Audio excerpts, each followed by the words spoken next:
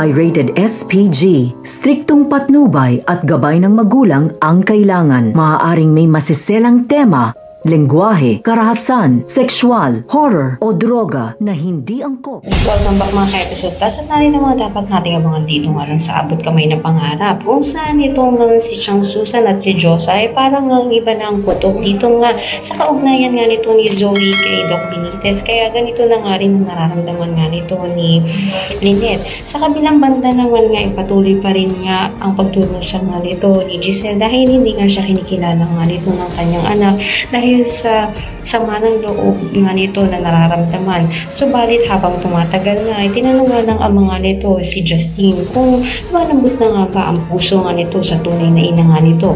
Kaya naman nasabi nga nito ni Justine ay malaking posibilidad na mapatawad niya nga ito. Ngunit mahihirapan nga at matatagalan pa siya bago mapatawad.